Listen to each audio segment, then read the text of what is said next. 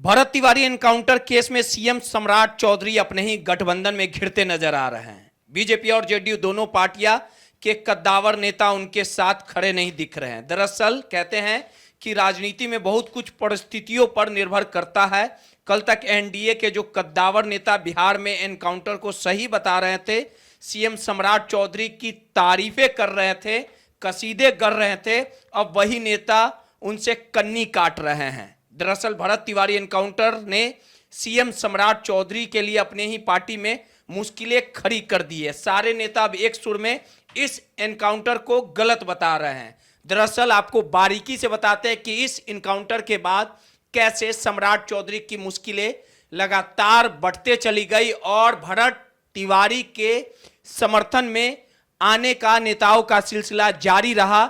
जहां भरत तिवारी के साथ हुए जघन्य अपराध अन्याय को लेके अश्वनी चौबे ने सीधे तौर पे इस पूरे प्रकरण पर पीड़ित परिवार का समर्थन किया।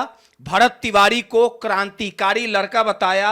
आपको बता दें कि पूर्व केंद्रीय मंत्री अश्वनी कुमार चौबे ने भरत भूषण तिवारी एनकाउंटर विवाद पर तक टिप्पणी करते हुए घटना की उच्च स्तरीय और निष्पक्ष जांच की मांग की। उन्होंने इसे अत्यंत दुर्भाग्यपूर्ण, दर्दनाक और हृदय विदारक बताते हुए कहा कि भरत भूषण तिवारी एक निर्दोष व्यक्ति थे, जिन्होंने अपना जीवन गरीब, अति पिछड़े वर्गों, अनुसूचित जातियों और बाढ़ पीड़ितों की अधिकारी की लड़ाई समर्पित कर दिया था। आपको बता दें कि पूर्व केंद्रीय मंत्री अश्वनी चौबे ने कहा कि भरत भूषण तिवारी पर कभी कोई गंभीर आपराधिक मामला दर्ज नहीं हुआ था।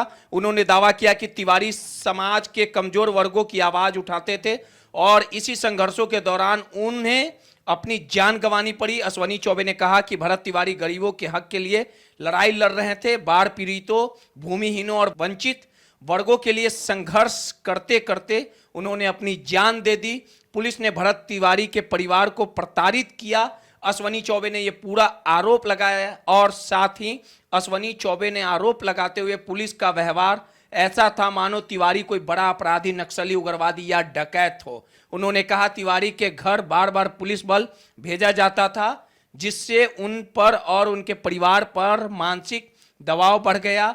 उनके पिता पुलिस विभाग में हवलदार रहे थे और सम्मानपूर्वक सेवा निवृत्त हुए। इसके बावजूद जिस तरह से पुलिस का काफिला उनके घर पहुंचता था और परिवार को परेशान किया जाता था, वो कहीं ना कहीं विचलित होने वाली बात है। आपको बता दें कि अब इस पूरे भरत तिवारी प्रकरण मामले में संजय झा की भी एंट्री हो चुकी है। इससे पहले जेडीयू के कार्यकारी अध्यक्ष और राज्यसभा सांसद संजय झा ने भरत भूषण तिवारी एनकाउंटर पर सवाल उठाते हुए उन्होंने कहा कि भरत तिवारी एनकाउंटर मामले में जो वीडियो सामने आए हैं वो निश्चित रूप से संदेह पैदा करता है और राज्य सरकार ने त्वरित कार्रवाई करते हुए 4 पुलिसकर्मियों को निलंबित किया, लेकिन वो काफी नहीं है। सीनियर पदाधिकारियों द्वारा इस पूरे मामले की समय संबद्ध जांच करवाकर दोषियों के खिलाफ कार्रवाई होनी चाहिए। सरकार जब यह कहती है कि कोई भी अपराधी बचेगा नहीं, तो यह सिर्फ अपराधियों के लिए नहीं होता।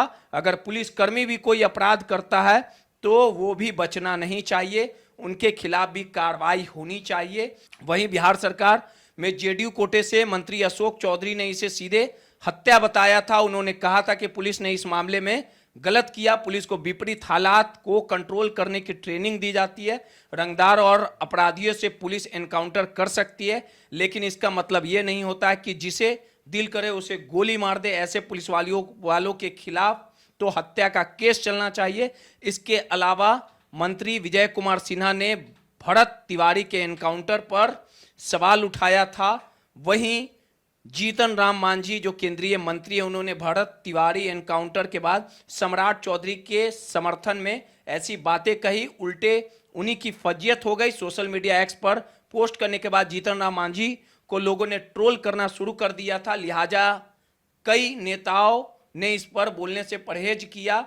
आपको बता दें कि जीतन राम मांझी ने जो बातें कही थी कि अवैध पिस्टल दिखाकर पुलिस या कहें पूरे सिस्टम को चुनौती दोगे तो सही है, और जब पुलिस ने जवाबी कार्रवाई करते हुए ठोक दिया तो गलत ई ना चलतो, करारा जवाब मिलेगा। ये बातें केंद्रीय मंत्री जीतन राम मांझी ने कही थी।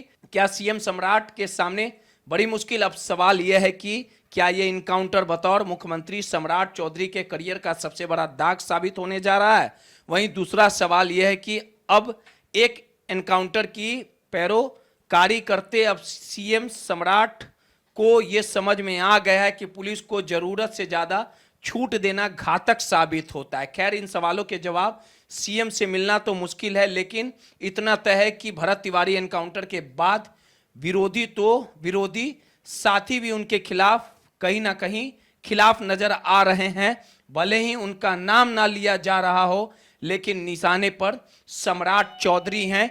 जिस प्रकार से भरत तिवारी प्रकरण मामले में जो तस्वीरें सामने आई, अब इस पूरे मामले में चारों ओर से आवाज उठ रही है कि इस पूरे प्रकरण में आरोपित पुलिसकर्मियों को कड़ी सजा मिले। ब्यूरो रिपोर्ट, माई पीडीए समाचार।